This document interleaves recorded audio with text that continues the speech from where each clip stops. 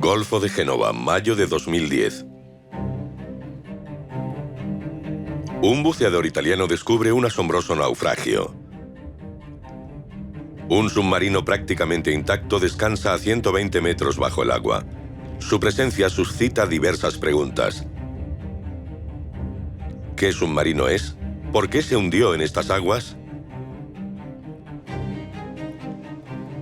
Submarinistas e historiadores han unido fuerzas para descubrir la historia de este sumergible olvidado.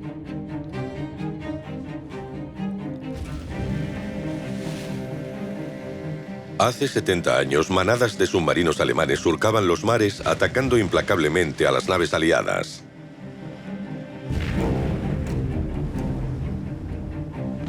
Estos submarinos, llamados los lobos grises, eran auténticos depredadores. Los relatos de sus hazañas sirvieron a la propaganda y sus tripulantes eran considerados soldados excepcionales. Los sumergibles alemanes tenían fama de invencibles. Sin embargo, la investigación del Pecio de Génova revela una realidad muy diferente.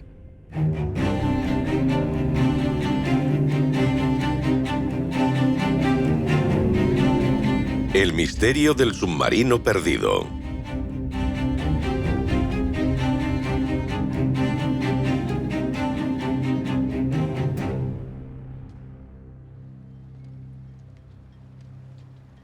¿Cuál es la historia desconocida del submarino que yace frente a las costas de Génova y La Spezia?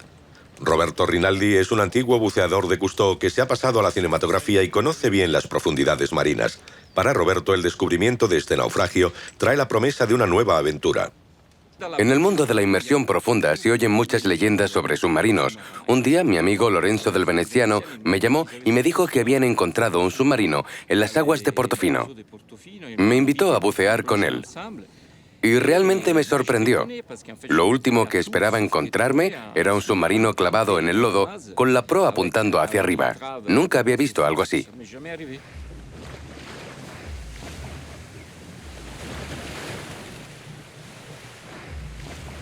Roberto ha formado un equipo para investigar la identidad del sumergible. Aldo, Marco y Gabriele son experimentados buceadores que han participado en numerosas expediciones submarinas.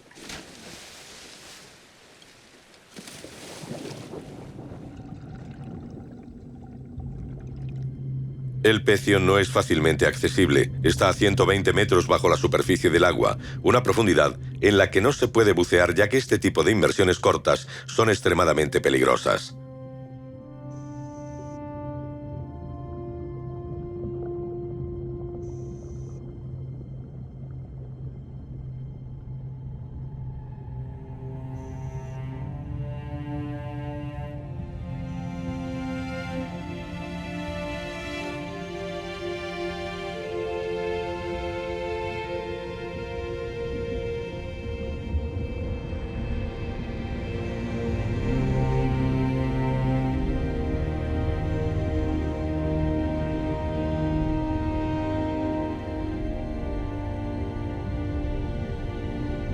Desvelar la identidad de la nave no será tarea fácil para estos tres hombres.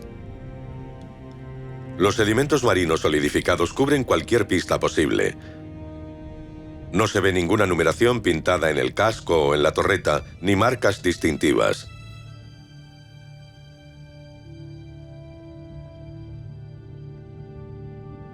Acceder al interior es imposible. La entrada está bloqueada por trozos de metal superpuestos.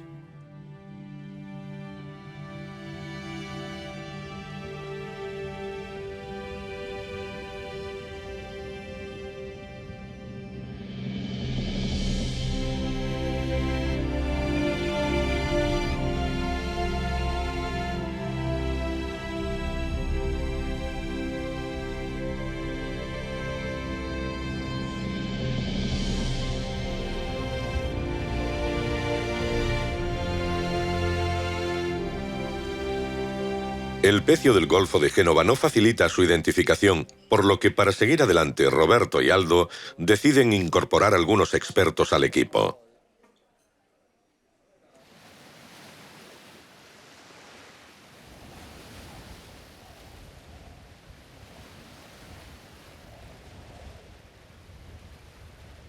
Luke y Mark Brower son los directores de Le Grand Blockhaus, un museo dedicado a la historia del muro atlántico. Ellos lo crearon dentro de la mayor fortificación alemana de la costa atlántica.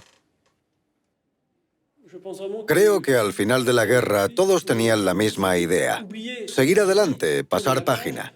Si entonces hubiera sido posible destruir los submarinos, las bases submarinas y los búnkeres lo habrían hecho solo para que la gente pudiera olvidar esa terrible página de nuestra historia. Nos llevó años empezar a preguntarnos estas cosas. ¿Por qué están ahí y para qué servían? En las salas de este inusual museo, los diversos objetos narran la historia de los submarinos alemanes. Luke y Mark Brower no dudaron ni un instante cuando Roberto Rinaldi contactó con ellos. Llevaban años esperando un pecio misterioso como este.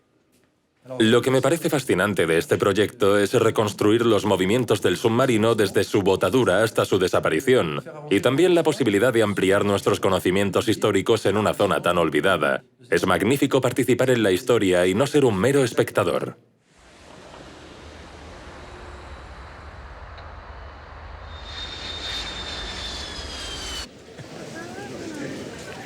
Hola, bienvenidos. ¿Qué tal el viaje? ¿Bien? Sí, muy bien, gracias. Mark y Luke quieren ver las imágenes del submarino en cuanto ponen pie en Italia. En las colinas de Génova las ven por primera vez. Aquí se ve muy bien la forma puntiaguda de la cubierta. Sí, es verdad. Sería interesante poder ver este descubrimiento por completo, para identificar el submarino, encontrar su número y reconstruir toda su historia. Ya veremos cómo acaba todo aquí frente a la Spezia. ¿Qué debemos buscar específicamente para asegurarnos? Intentad cortar las redes y buscar la identificación en la popa y en el cañón. Entendido.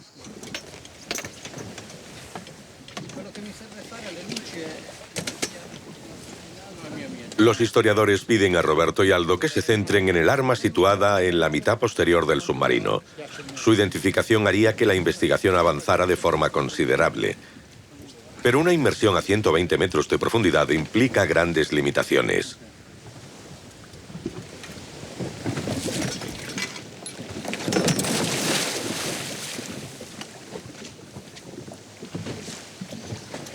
Roberto se ha sumergido. Tardará 3 minutos en descender, estará 15 minutos en el pecio y empleará unas 3 horas y media en subir lentamente.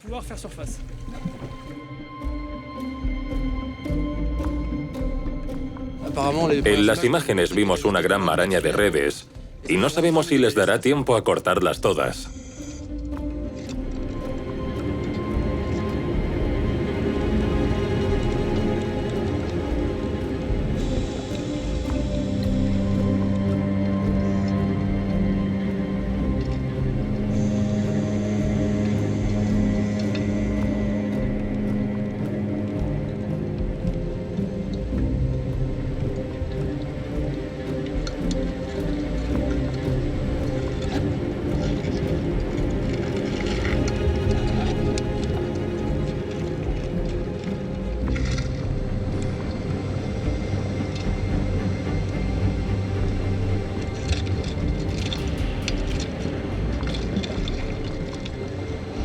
Roberto y Aldo se percatan de inmediato de que no podrán despejar el arma.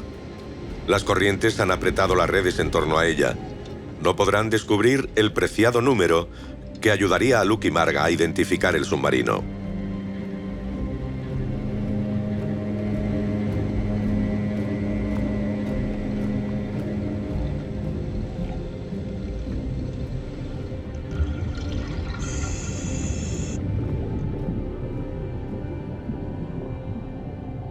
Intentamos cortarla, ¿verdad, Aldo? Sí, pero está por todas partes. Hay redes antiguas y más nuevas, cables... Y en poco tiempo. Muy poco tiempo. A los 2 minutos ya no ves lo que estás cortando. Pero hace buen tiempo, ¿no? Sí. ¿Un poco de pizza? Hermanos, os quiero. Sois los mejores.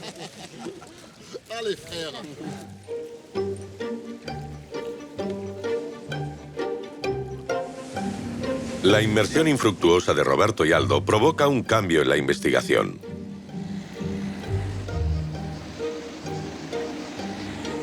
Mark y Luke deciden consultar los archivos militares alemanes. Esta vez, la suerte está de su lado. En Friburgo encuentran un mapa con la posición de hundimientos de submarinos y una pista importante. De los 62 sumergibles que navegaron por el mar Mediterráneo, solo hay 3 sin aclarar. Y la última posición conocida de uno de ellos, el U-455, estaba cerca de Génova.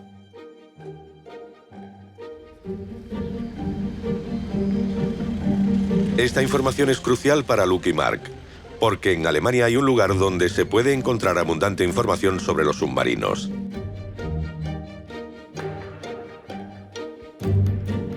Los archivos de Cuxhaven guardan cuadernos de bitácora, objetos y fotos. Es una auténtica mina para investigadores en busca de información.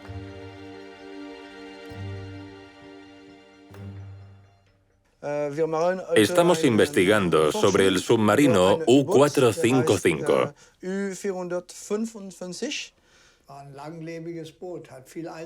Horst Bredow, antiguo tripulante de sumergibles, es el guardián de este templo. Su conocimiento de la historia de estos submarinos no tiene parangón. Todo lo referente al U-455 está aquí. Hay mucha información. Esto es increíble. Hay muchísimas fotos de nuestro submarino. Esto es San Nasser. Increíble. Hemos conseguido un material excepcional y ahora tenemos una base sólida con la que trabajar. Hay muchas imágenes de los marinos y las diferentes misiones haciendo maniobras, llegando y partiendo de San Nasser. Tenemos muchas referencias. Esto es muy importante. En Cuxhaven, Luke y Mark se reúnen con alguien esencial para la investigación. Axel Nistel es un historiador alemán usuario asiduo de la biblioteca del archivo. Un renombrado experto técnico que ha arrojado luz sobre los hechos que causaron varios hundimientos de submarinos y ha participado en búsquedas de muchos sumergibles. El U-455 es sin duda un submarino del tipo 7C, pero cada astillero lo hacía ligeramente diferente. Y eso es útil para identificar un submarino mediante fotos. Por ejemplo, una característica distintiva del U-455 es esta barandilla de la torre. La de este tipo procede de los astilleros de Kiel. Y en cuanto a esta brújula magnética, los modelos construidos años más tarde usaban un modelo diferente. En estas imágenes puedes ver la torre con detalle. Comparan las fotos del archivo de Cuxhaven con las imágenes tomadas por Roberto. Los 3 especialistas concluyen que el submarino sumergido en las aguas de Génova es el U-455. Saber de qué submarino se trata es clave para seguir avanzando. Con el número de la nave localizan el cuaderno de bitácora de sus primeras misiones. El documento contiene amplia información sobre los viajes del submarino, pero no resuelve la pregunta que sigue intrigando a Luke, Mark y Axel. ¿Qué le ocurrió al U-455? Las listas de tripulantes deberían contribuir al progreso de la investigación. En ellas aparecen los nombres de los hombres destinados a la nave. Tenemos varias pistas. Aquí hay un LI, un jefe de máquinas llamado Serbotke. Aquí tenemos un Schwarz Geharz. Schwarz es un apellido muy común en Alemania, así que ese será difícil. Aquí hay un oficial. Orobon. Orobon. Ajá. Han pasado 70 años, y si encontramos a 3 o 4 tripulantes sería un milagro. Sería un milagro que encontrásemos uno.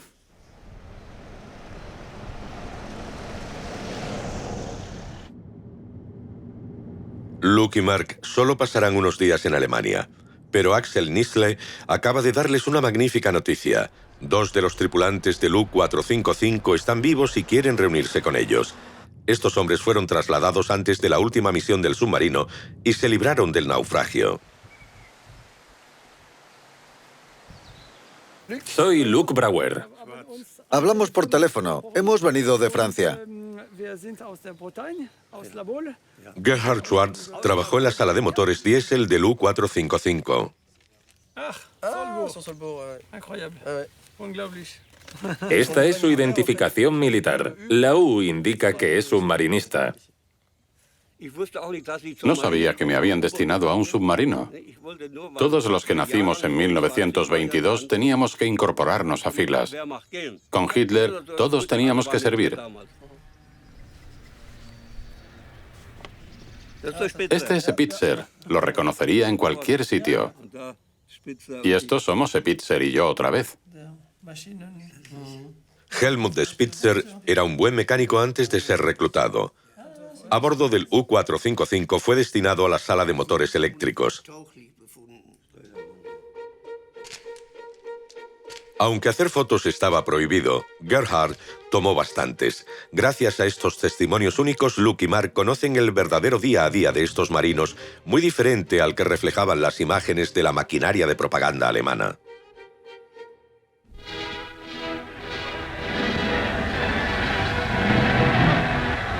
Offiziere und Mannschaft werden von der Berliner Bevölkerung begeistert begrüßt.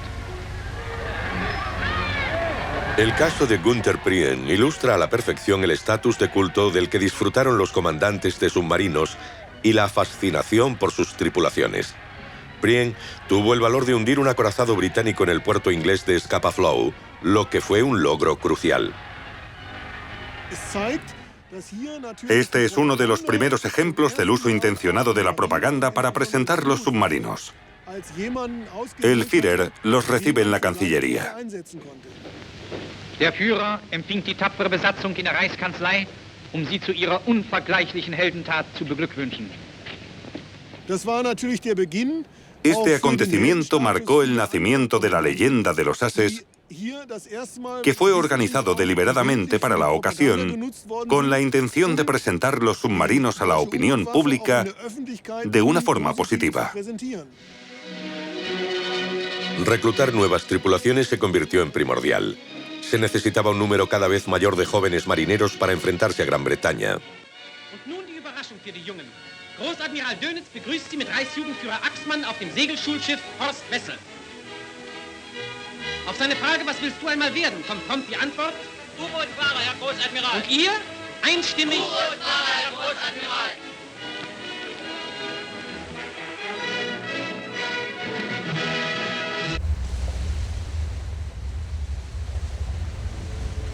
Gerhard Schwarz y Helmut Spitzer, al igual que muchos jóvenes marineros, fueron instruidos en la base de Kiel en el norte de Alemania. Queríamos ir. Queríamos hacer grandes cosas como otros antes que nosotros. Todos los periódicos publicaban artículos sobre los submarinos y el éxito que tenían. La Deutschlandfunk y todas las emisoras de radio hablaban sin cesar de sus victorias. Y para los que no estaban en la Marina, era algo impresionante. Las cosas que un barco podía lograr por sí mismo, el impacto que podría tener. Sí. Todos éramos novatos y estábamos un poco desconcertados. No tuvimos ocasión de pensar qué va a pasar. Nos hicimos a la mar en tiempos de guerra y había que aceptar las cosas como venían.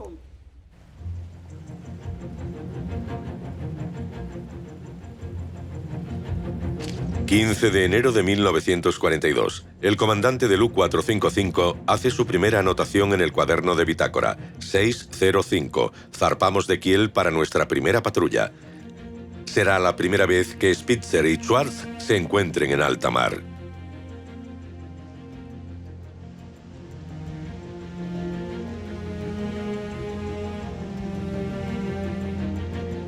El sumergible deja la bahía de Kiel y pone rumbo al norte.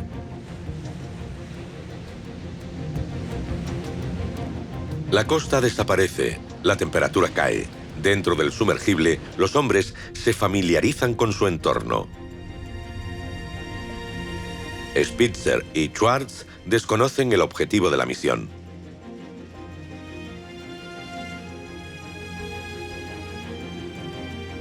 Cada tripulante tiene su teoría. ¿Se dirigen a Inglaterra? ¿Van a colocar minas o a atacar un barco de abastecimiento? Solo el capitán conoce las órdenes del alto mando.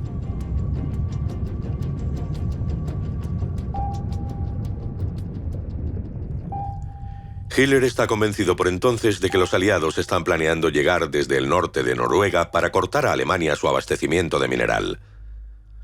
El U-455 es uno de los submarinos enviados a la costa noruega para esperar a los aliados.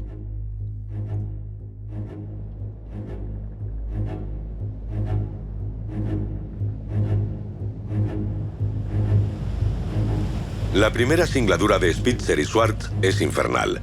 Las aguas del norte de Europa los reciben con gran oleaje y fuertes vientos gélidos. El submarino cabecea entre los muros de agua que chocan contra el casco. Los vigías no tienen un momento de descanso y los jóvenes marineros no pueden evitar los vómitos.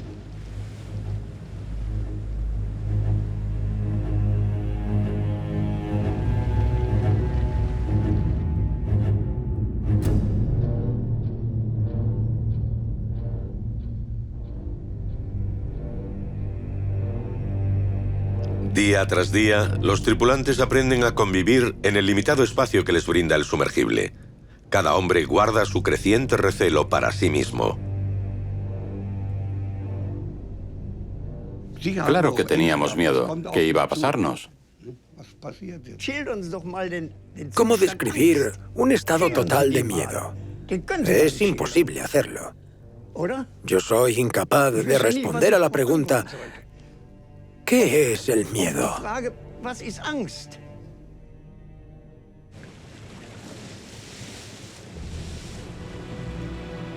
El U-455 no permanece en Noruega mucho tiempo.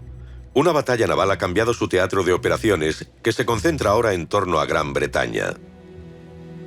El 21 de marzo de 1942, el comandante Hans-Heinrich Gissler recibe un mensaje del almirante Dönitz. Debe abandonar la costa noruega y dirigirse a Saint-Nazaire.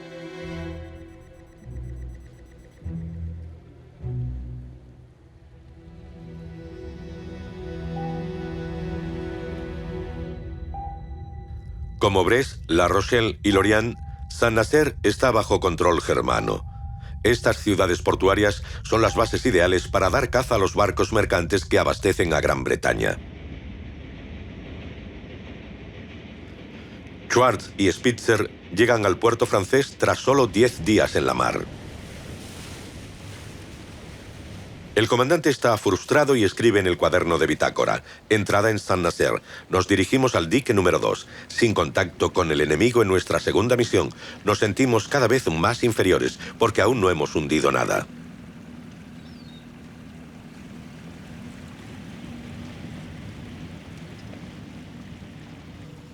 Al llegar a Saint-Nazaire, la dotación del U-455 descubrió un inmenso complejo. La Marina alemana se había establecido aquí para construir un búnker gigante con 14 diques que podían acoger a 20 sumergibles. Era una pequeña ciudad, con 3.500 hombres trabajando en su construcción. Por todas partes, los submarinos se reabastecían, reparaban y rearmaban con torpedos. Este hormiguero es lo que se encontraron los hombres a su llegada. Venían del pequeño puerto de Bergen y no se podían imaginar este enorme complejo cuya única finalidad era la batalla del Atlántico.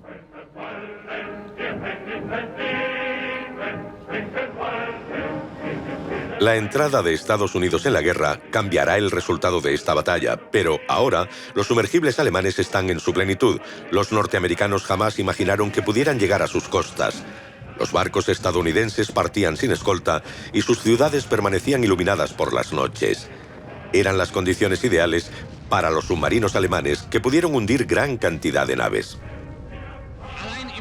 Halben Jahr des U-Boot-Krieges gegen die USA wurden vor der amerikanischen Küste annähernd 500 Schiffe mit rund 3 Millionen Bruttoregistertonnen auf den Meeresgrund geschickt.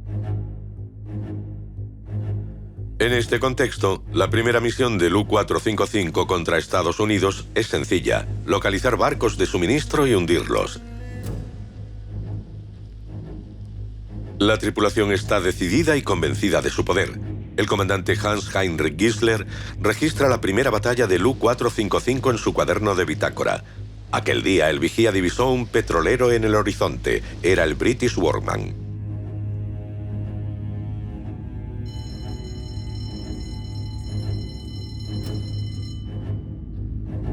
Schwartz apaga los motores diésel y Spitzer pone en marcha los eléctricos para comenzar la inmersión.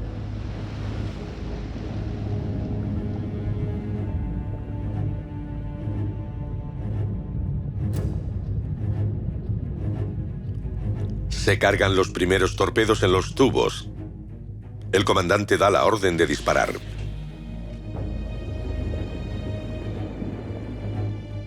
El primero pasa de largo, pero el segundo torpedo alcanza su objetivo. 6.994 toneladas. Un buen comienzo. Schwartz y Spitzer han entrado por fin en acción. Aún recuerdo cuando hundimos nuestro primer barco, el British Workman. Nos dieron permiso para subir a la cubierta y ver el barco en llamas. Vimos a la gente saltando a los botes salvavidas, intentando escapar. Saltaban por la borda. Intentaban salvar sus vidas nadando en medio del océano. Y tú sabías que habías sido la persona que había provocado aquello, que habías tomado parte. Obviamente no fuiste tú solo, pero formabas parte de aquello. ¿Podrían sobrevivir? Eso era lo que nos preocupaba en aquel momento, al menos en mi caso.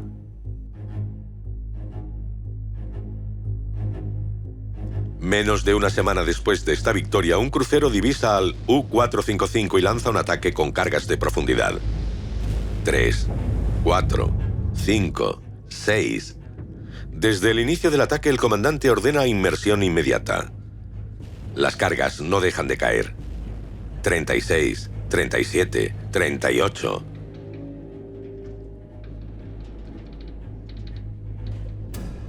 Schwartz y Spitzer cuentan en total 39 explosiones. Oías la carga caer al agua y esperabas. ¿Qué pasará? ¿A qué distancia habrá caído? ¿Cuánto durará esto? ¿Será breve o no? ¿Dónde está el crucero? ¿Dónde estamos nosotros? Todo eso era lo que se te pasaba por la cabeza.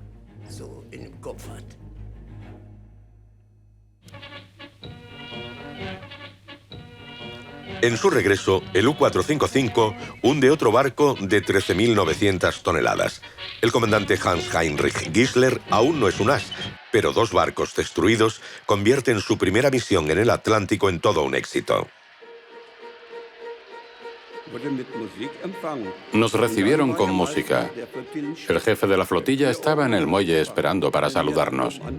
Y cuando formamos en la cubierta, subió a bordo y nos estrechó la mano a todos.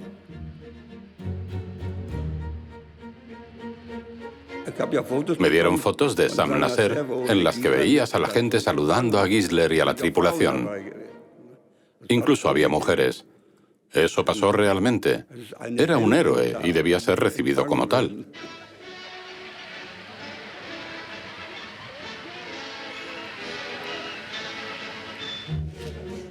Fue una sensación maravillosa. Imagina, has pasado los últimos 60 días en un mismo sitio. En un sitio estrecho.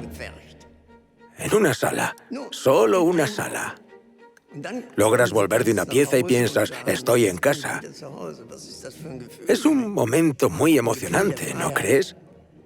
Te sientes libre. Puedes hacer lo que quieras.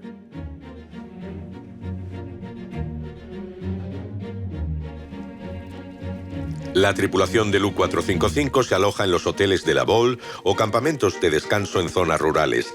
Disfrutan de la playa, el deporte y los cabarets. Los hombres reciben un trato muy especial.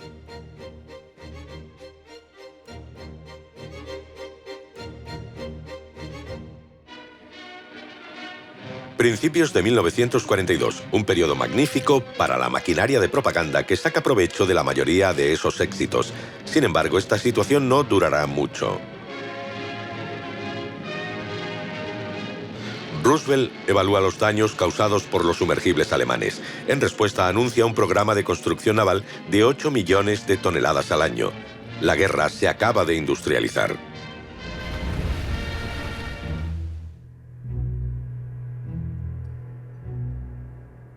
En Saint-Nazaire, el U-455 se revisa, repara, pinta y reabastece para zarpar de nuevo después de 2 meses.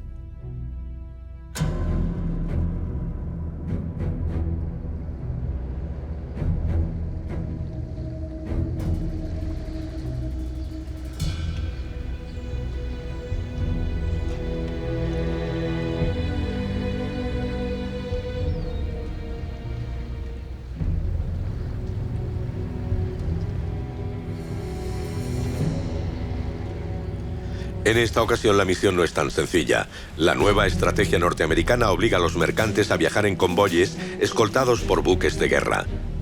Los submarinos invencibles de Dönitz no pueden aproximarse a ellos. Atacarles parece imposible. A bordo del U-455 pasan el tiempo observando barcos aliados sin lanzar ningún ataque, inmersos en un ambiente sombrío, hasta que el operador de radio recibe un mensaje. Barón Fuerte nació el domingo.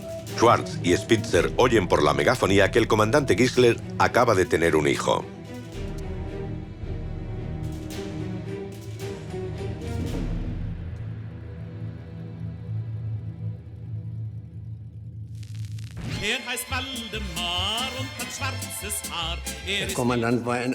El comandante estaba de muy buen ánimo y en absoluto interesado en cazar y hundir barcos enemigos.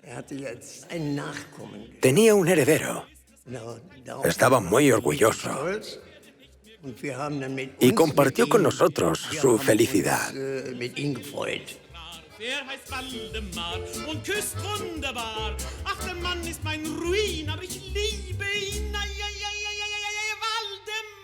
Tras 50 días en el mar, el U-455 no ha disparado un solo torpedo.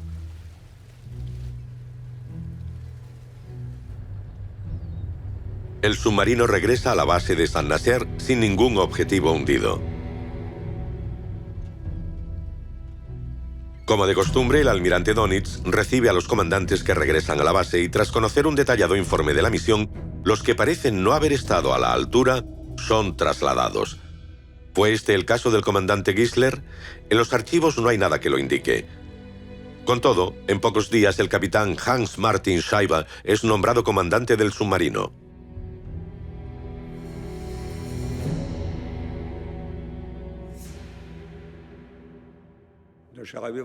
Scheibe era mucho más agresivo y solíamos bromear con que le picaba el cuello por la cruz de caballero. Los comandantes estaban obsesionados con ella. Todos querían la cruz de caballero. A pesar de su carácter inflexible y su sed de combate, el comandante Hans Martin Scheibe se enfrentará a nuevos problemas. A finales de 1942, la situación comienza a cambiar. Los aliados han empezado a avanzar. Alemania pierde su ventaja en todos los teatros de operaciones. En Stalingrado su ejército está rodeado. En África sufre un revés tras otro. Las bases submarinas en la costa francesa son bombardeadas. Los aviones aliados atacan a los sumergibles en cuanto salen de puerto.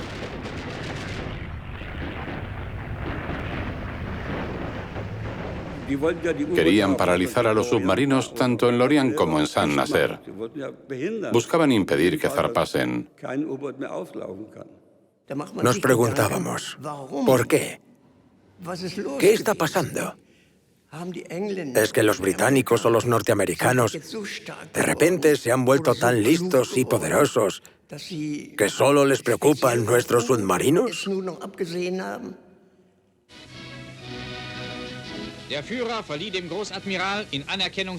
Dönitz, que ahora forma parte del círculo cercano de Hitler, no quiere decepcionar al Führer. El almirante persiste pese a las dificultades que afrontan sus tripulaciones.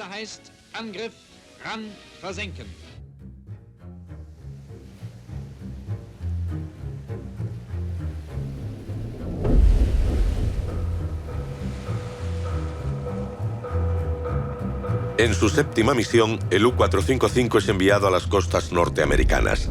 Tras varias semanas, el submarino necesitaría establecer contacto con su barco de abastecimiento. En el pasado, esta había sido una operación sencilla.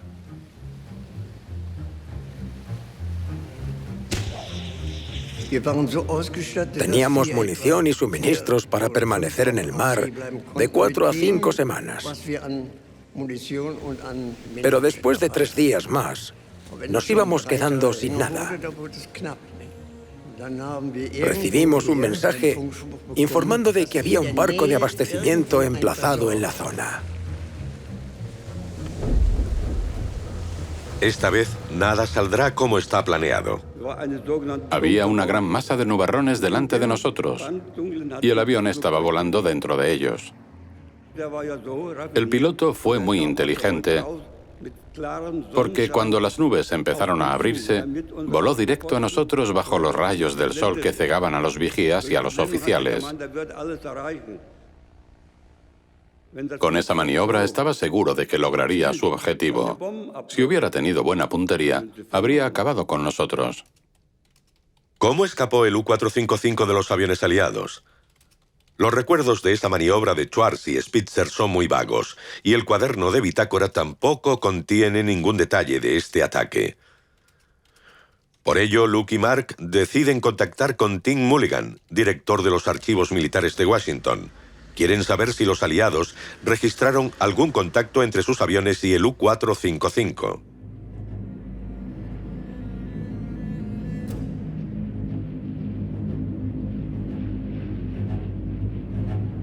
Tim Mulligan ha encontrado un informe redactado por el teniente R.L. Stearns, el piloto que atacó a los submarinos, en el que describe un combate extremadamente violento. La aparición de la aeronave alertó inmediatamente a los alemanes de la situación. Lanzaron un muro de fuego antiaéreo. 3 aviones norteamericanos más fueron enviados a la zona. El barco de abastecimiento del sumergible permaneció en superficie casi hasta el final. Stearns llevó a cabo él mismo el ataque final y observó una tremenda explosión bajo agua y creyó que había hundido el barco de suministro. Por posteriores investigaciones hechas en los años 90, ahora creemos que durante las primeras fases del ataque combinado aliado, el U-455 siguió lo que siempre ha sido una máxima de sentido común ante un ataque aéreo: sumergirse y sobrevivir. El U-455 escapa milagrosamente del ataque. Pero lo que parece un final feliz marca un punto de inflexión para estas naves. El sumergible, antes considerado un predador implacable, se convierte en una presa fácil de destruir.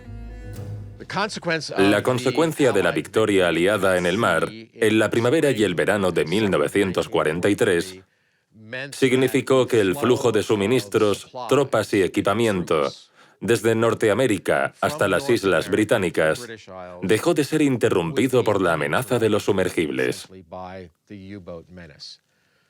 Eso era el requisito previo que Roosevelt, Churchill y todos los líderes aliados habían juzgado necesario antes de poder lanzar una invasión en Europa. El U-455 regresa a la base de Lorient con la torreta dañada.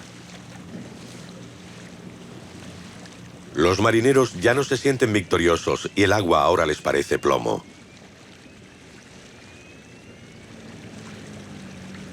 Las malas noticias circulan casi en silencio de una nave a otra.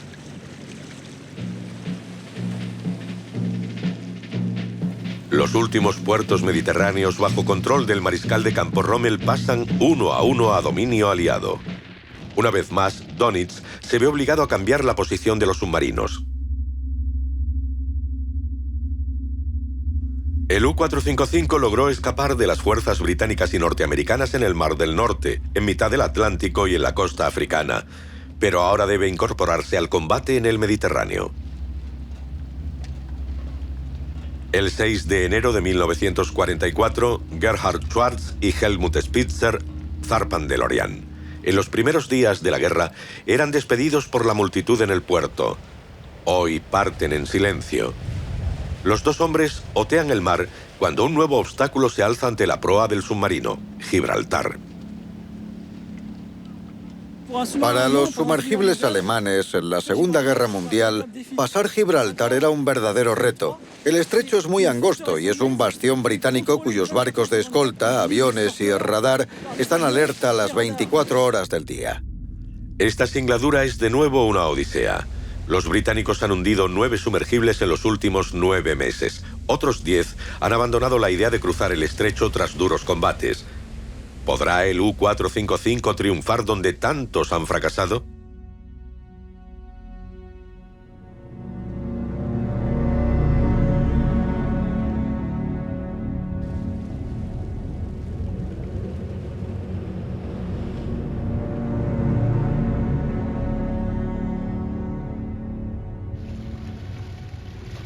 Dado el intenso tráfico enemigo, el comandante Scheibe decide cruzar el estrecho de noche aprovechando las corrientes que entran en el Mediterráneo.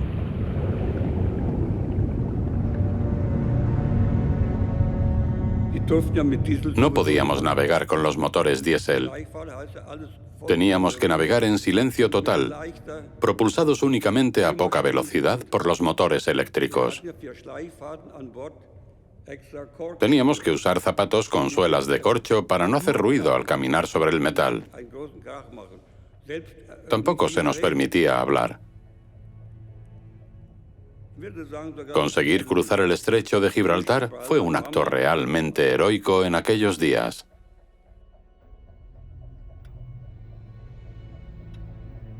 Tras 40 horas sumergido, el U-455 sale a la superficie. El nivel de oxígeno en el interior del sumergible es muy bajo y la tripulación está al borde del desvanecimiento. Pero no importa, han pasado el estrecho y están en su 9ª misión.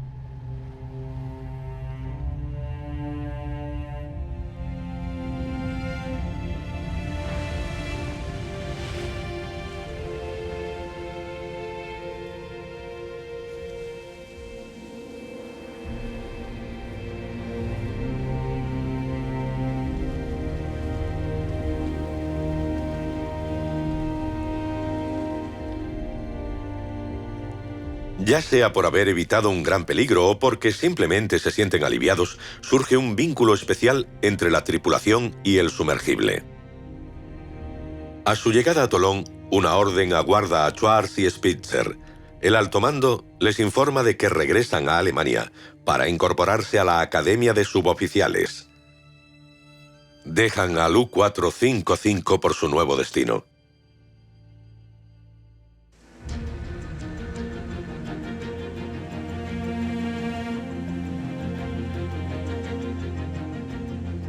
¿Qué le sucedió al U-455 en su última misión? La respuesta a esta pregunta no está en los archivos alemanes. Tampoco en los británicos ni en los estadounidenses. Las circunstancias que rodearon el hundimiento del U-455 siguen siendo una incógnita.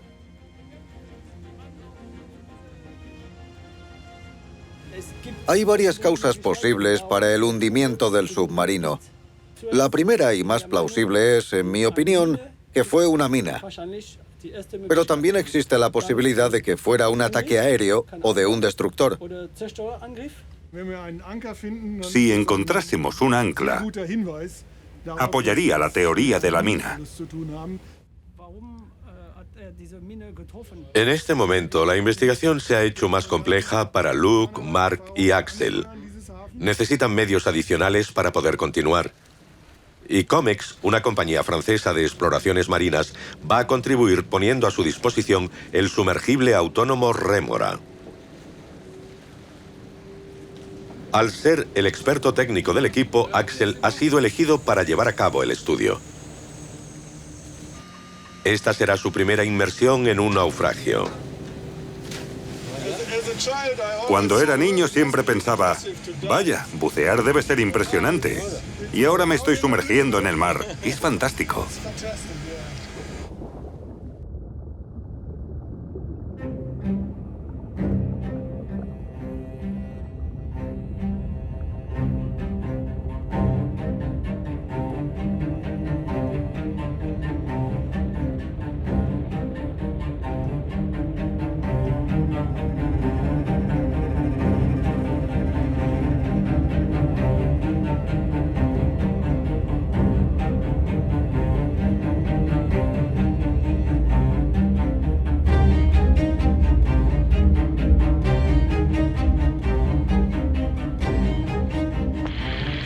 Ahí está.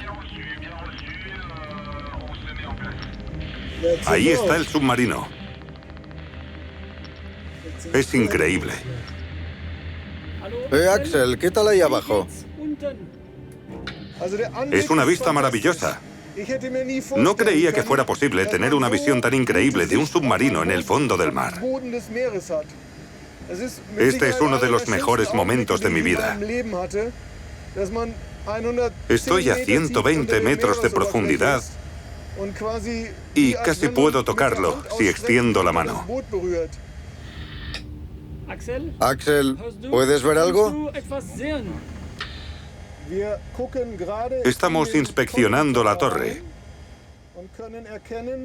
y hemos visto que el periscopio está subido ligeramente, unos 35 o 40 centímetros. Y eso es algo inusual. Es una primera pista. El periscopio estaba subido cuando el submarino se hundió, lo que indica que navegaba próximo a la superficie en ese momento. Axel, ¿puedes ver algún indicio de una posible explosión en el submarino? Ahora estamos sobre el lecho marino y parece que faltan al menos unos 9 metros de la popa.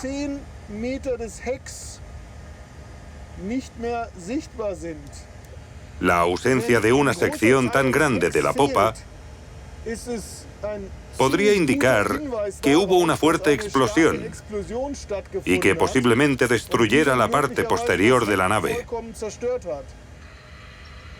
Perfecto, gracias.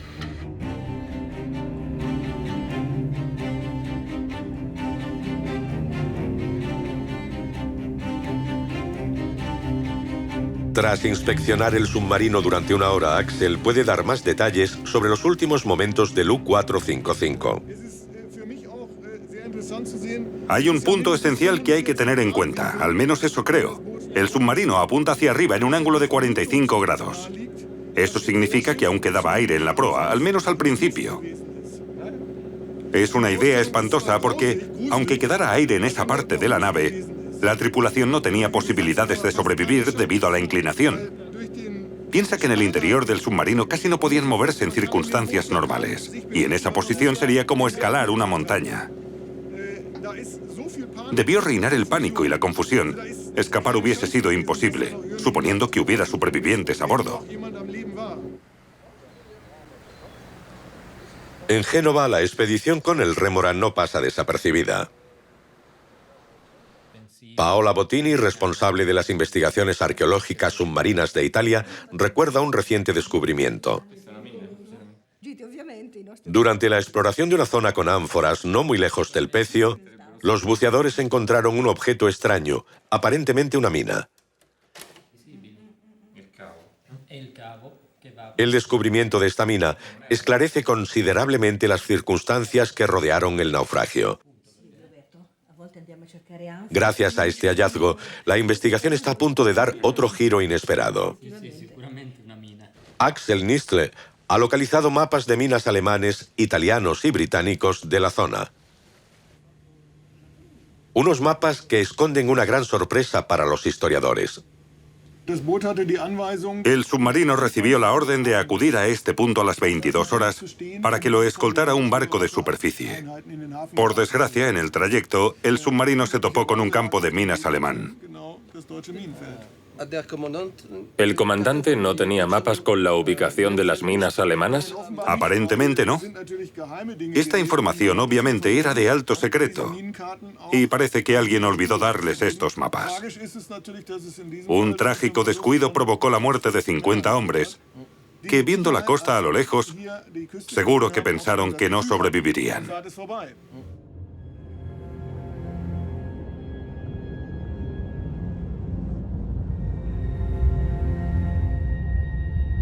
Después de escapar de las cargas de profundidad y resistir ataques aéreos aliados en 9 misiones, el U-455 fue víctima de esta trampa invisible.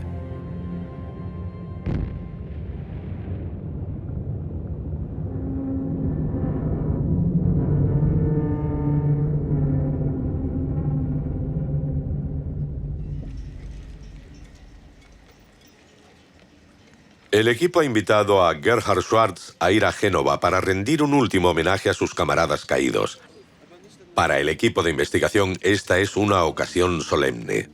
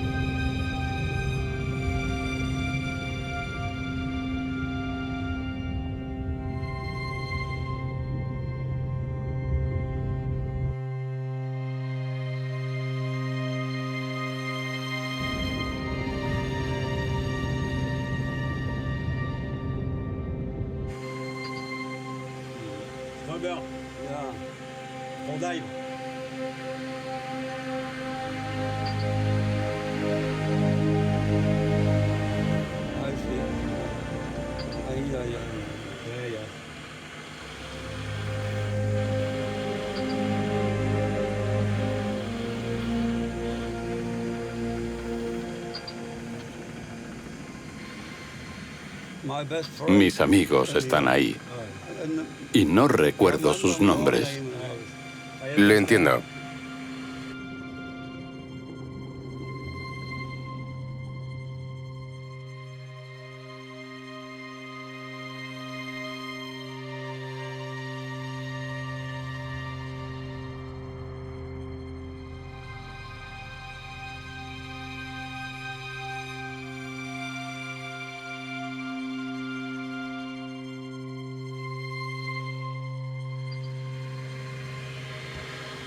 Ya está. Se acabó. ¿Sí? Basta. ¿Quiere que subamos a la superficie? Bien, de acuerdo.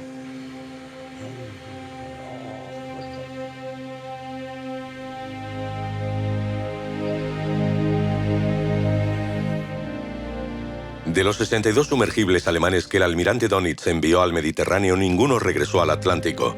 El submarino fue el mayor causante de muerte de soldados alemanes de la Segunda Guerra Mundial. 30.000 de sus 40.000 tripulantes murieron en el mar.